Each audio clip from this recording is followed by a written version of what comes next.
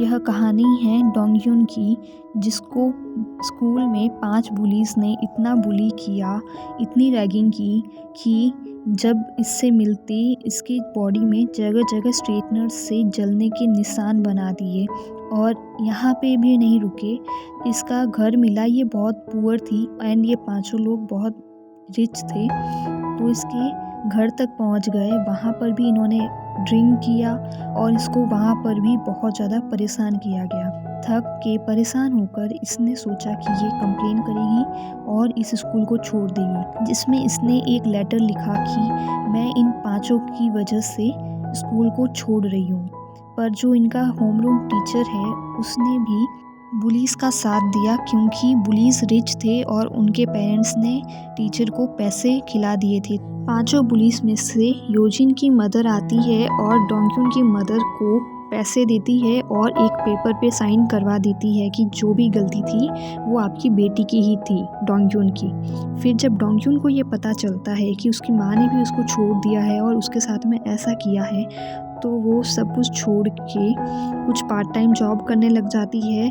Daily job करती है, पैसे कमाती है और जब फ्री टाइम होता है तो स्टडीज़ पे ध्यान देती है। ऐसे करके वो सिर्फ स्टडीज़ करती है, खुद को मोटिवेटेड करती है और ऐसे ही वो कुछ साल निकाल देती है। अब वो ये जॉब छोड़कर कॉलेज में जाएगी, कॉलेज में स्टडी करेगी, जहाँ पे लास्ट टाइम ये अपनी फ्रेंड से मिलती है, थोड़ी सी बात करती है एंड देन यहाँ से निकल जाती है। अब वो बच्चों को ट्यूशन पढ़ाकर पार्ट टाइम जॉब करती है और कॉलेज जाती है। अपना ध्यान नहीं रखती थी, पूरे दिन काम करती थी, तो एक दिन वीकनेस की वजह से चक्कर आ जाते हैं, जिससे उसकी आँख हॉस्पिटल में खुलती है और उसके बेड के साइड में हमारा स्टोरी का मेन लीड कैरेक्टर है वो मिलता है इससे। इसका नाम येजोंग है और ये इसको एक चेस टाइप का गेम खेलना आता है, जो ये डोंगमिन को सिखाता है।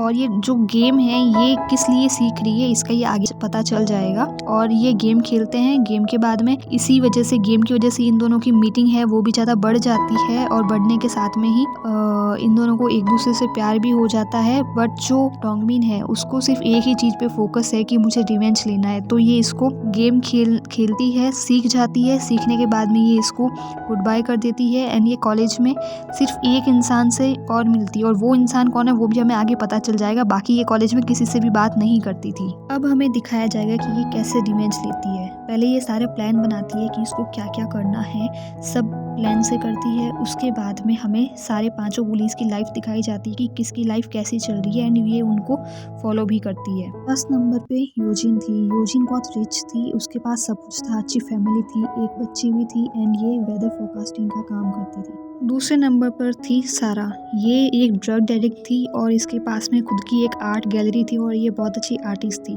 तीसरे नंबर पर इन्हीं का ये एक दोस्त है जो ड्रग्स सप्लाई करता था एंड इसका नाम सनमेयोंग था और ये अपने एक और बुली फ्रेंड हेजोंग के अंडर काम करता था। और उसके बाद में फिफ्थ फ्रेंड दिखाई जाती है जो एक एयर होस्टेस है, इसको हम जीना कह देते हैं। ये इतनी रिच नहीं है और ये से रिच बिजनेसमैन को पटाती है और इसके पेरेंट्स लॉन्ड्री का काम करते हैं। अब हमें योनजिन दिखाई जाती है जो अपनी ज़िंदगी में काफ़ी खुश थी। उसका पति बहुत रिच बिजनेसमैन था जिसका नाम हादोंग था, पर वो नहीं जानता था कि उसकी पत्नी हाजियोंग के साथ में अभी भी रिलेशनशिप में है। अब डोंगयुन का प्लान स्टार्ट हो जाता है। उसको सबसे पहले अपनी ही स्कूल में एडमिशन लेना था एज अ टीचर, सो वो डायरेक्टर के डस्टबिन में डेली कुछ ना कुछ देखती है कि कुछ मिल जाए एंड उसको एक दिन ऐसी चीज़ मिल भी जाती है जिससे उसको ईजिली एडमिशन मिल जाएगा एंड कोई भी उसको स्कूल से निकाल नहीं पाएगा। सो वो सबसे पहले उसी स्कूल में जाती है, क्योंकि जो योजिन की बेटी है वो भी उसी स्कूल में अपनी बच्ची को पढ़ाती है। अब हमें दिखाया जाता है कि डोंगयुन है वो सनमेयोंग के पास में जाती है, जहाँ सनमेयोंग इसको पहचान लेता है एंड डोंगयुन इसको कहती है कि तुम मेरा साथ दो और हम मिलके ही साथ में रिवेंज लेंगे, मैं तुम्हें कुछ नहीं करूँगी, तुम मेरा बदला दिलवाने छुड़वाने में मदद करो, जिसमें ये कहता है कि मुझे क्या मिलेगा। सो ये इसको कुछ बताती है कि एक लड़की थी जिसको तुम मुझसे पहले बुली करते थे, उसकी डेथ हो गई थी, बट उसकी जो डेथ बॉडी है वो अभी भी संभाल के रखी गई है, तो जिसने उसको मारा था तुम उससे अभी पैसे ले सकते हो। नेक्स्ट सीन में दिखाया जाता है कि जहाँ ये डायरेक्टर के डस्टबिन में जहाँ डेली नज़र रखती थी, वहाँ डायरेक्टर की मेड है वो इसको पकड़ लेती है, बट वो इसको कहती है कि मैं तुम्हारी हेल्प करूँगी पर तुम्हें मेरे पति को मारना होगा क्योंकि वो मुझ पे डोमेस्टिक वायलेंस करता है।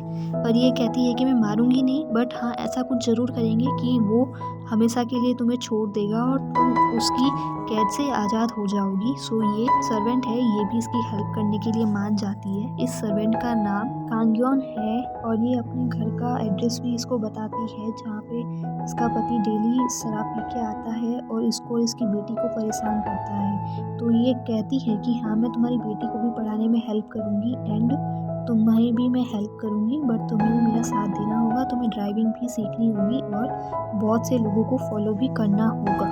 अब जो डोंगयून है वो जब भी फ्री टाइम होता है वो हेल्पर की बेटी को पढ़ाती है और हेल्पर है वो डिटेक्टिव की तरह सब पे निगरानी रखती है कि कौन क्या कर रहा है एंड फोटोज़ वगैरह लाके डोंगयून को देती है। इससे डोंगयून को पता चलता है कि योंजिन की बेटी है उसको भी कलर ब्लाइंडनेस है और जो हाजोंग है इनका एक और बुली फ्रेंड उसको भी कलर ब्लाइंडनेस की ही बीमारी है। सो इसको कंफर्म हो जाता है कि जो डोंगयून की बेटी है वो हाजोंग की भी बेटी है एंड ये दोनों अफेयर में है। सो यहाँ पे दिखाया जाता है कि योजिन है वो अपनी बेटी को मना कर रही है कि तुम अपने पापा को मत बताना कि तुम्हें दिखाई नहीं देता अच्छे से। यहाँ हमें दिखाया जाता है कि डोयोंग वही गेम खेल रहा है जो डोंगयून ने येजोंग के साथ में सीखा था एंड इसमें ये प्रो हो गई थी।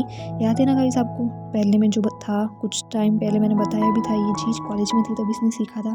अब यहाँ पे डोयोंग है वो इसकी इस एबिलिटी से बहुत ज़्यादा हैप्पी होता है एंड ये उसी चीज़ को याद करता है कि उसने कैसे खेला था, कितना अच्छा गेम खेला था एंड उस चीज़ से इम्प्रेस होता है। फिर हमें दिखाया जाता है कि अपनी हेल्पर की जो बेटी है उसको स्टडी करवाने के लिए आती है, जहाँ पे इसको हेजोंग दिख जाता है एंड ये थोड़ी देर उससे बात करती है। हेजोंग अभी बोलता है कि मैं तुम्हारा वेट कर रहा था और आज मैं तुम्हारा वेट ही कर रहा हूँ, तो तुम अब भी मेरे साथ आ सकती हो, मुझसे मिलो, मैं तुमसे प्यार करता हूँ वगैरह।